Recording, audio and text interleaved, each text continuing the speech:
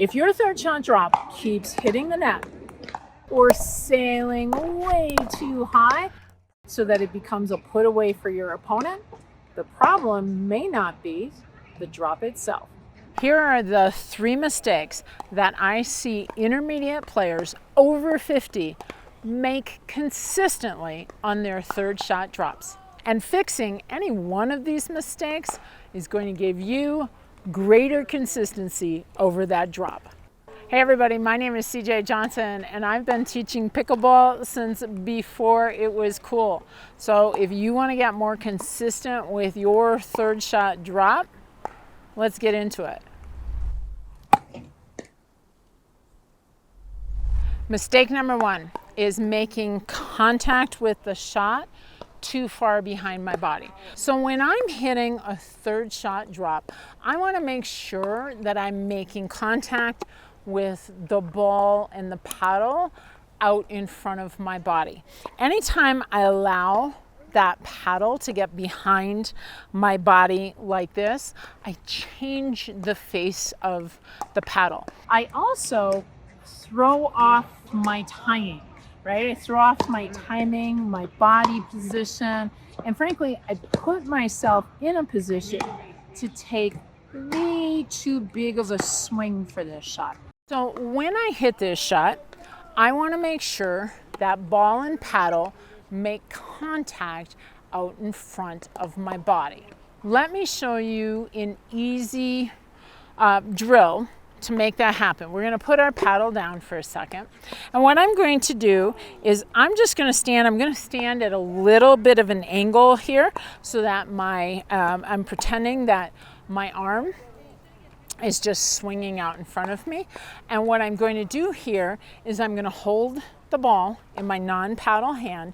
And all I want to do is I'm going to let the ball go and then I want to catch it out in front of me. So it looks like this. Here. Here. You notice how the contact is out in front of, I would be holding the paddle here and I'm now just working on the contact position. So begin by working on the contact position.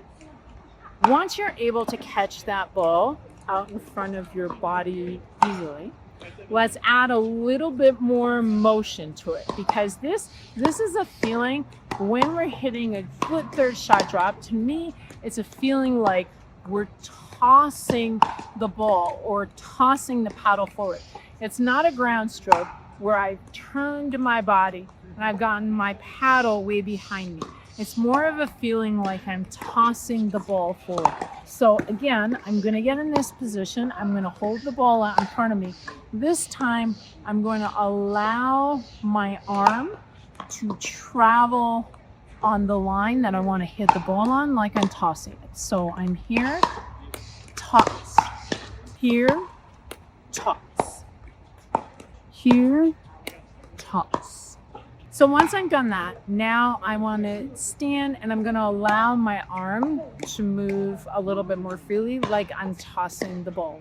And if you want to, this is one of the things you can do, is if you have a tennis ball, it's hard to do with the pickleball because the pickleball is so light. But with a tennis ball, you could actually stand back here. It's got a little extra weight and you can toss the ball underhand like you would a third shot drop to get the feeling of the motion that you're going to make with this shot. So when I'm here now, I'm going to be here, still in that same position, drop, toss. I'm here, drop, toss. I want to feel like I'm tossing the paddle. That's going to help me to get the contact out in front of my body and the correct motion with my paddle. So if you're ready to break through to your next level, get our free must-have shots guide. Click the link down below. Mistake number 2 is treating this shot differently than you would a dink. A lot of players think that this shot becomes more of a ground stroke, that I need to turn my body and bring the paddle back further so that it's more of a hit. Here's the thing about the distance that we bring the paddle back. Backswing, anything that's behind your point of contact, is a source of energy for the shot. Okay, so the further back the paddle travels, the more energy I have for this point of contact. In a third shot drop, again, that's more of a tossing motion versus a hitting motion.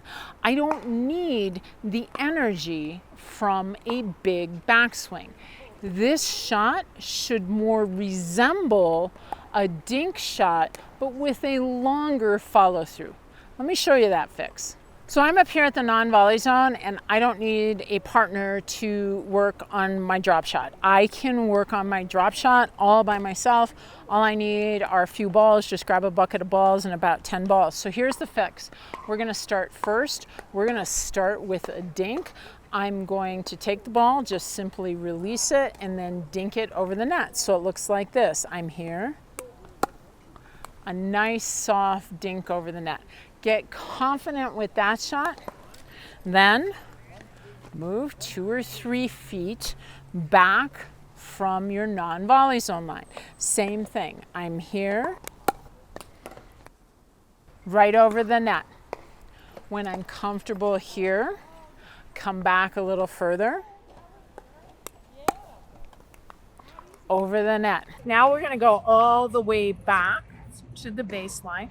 So when I'm here at the baseline, my preference is I like to have what's a little bit of an open stance, which means my right foot is slightly behind my left foot. That allows my arm and allows me to swing just a little bit more freely to allow that arm to travel on the line that I want the ball to travel on. So I'm here in this position. If you prefer to be very square, which means that your feet are even with each other, that's fine too. Do what feels best for your body. But I'm here, I'm going to drop the ball and just hit the ball back over the net. Well, you'll notice each and every time the backswing got a little bit bigger, but the follow through got longer. So start with the easiest form of the third shot drop, which is really a dink. Start there and then work your way backwards to gain more consistency. Consistency mistake number 3. You are so afraid of getting the ball smashed back at you. You are trying to skim the net with the trajectory of your third shot drop. A good third shot drop needs to give plenty of net clearance. So it should look like this. If you notice, that ball traveled from low to high. So a good way for a lot of players to think about it is what is the height of the shot at the time it crosses your side of the non-volley zone line. So here it's about 2 to 3 feet above the net when it crosses your side of the non-volley zone.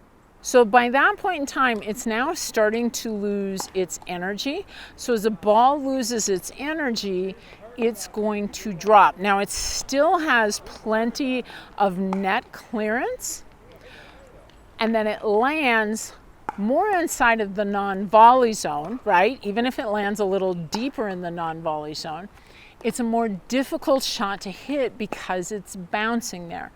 When we're trying hard to skim the net, what often happens in order to get it over is we put more energy into the shot so the ball travels deeper to our opponents. So as it gets closer to our opponents, instead of dropping at their feet, they're going to be able to play that shot from around their thighs.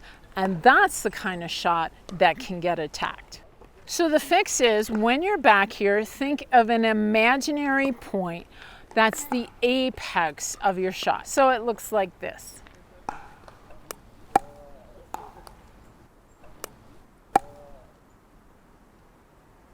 That apex gives the ball plenty of net clearance and it's dropping at your opponent's feet. They are going to need to hit up on the next shot, which means you won't get attacked. Fix any of those 3 mistakes and your consistency will go through the roof. Let me know which one you're working on in the comments below.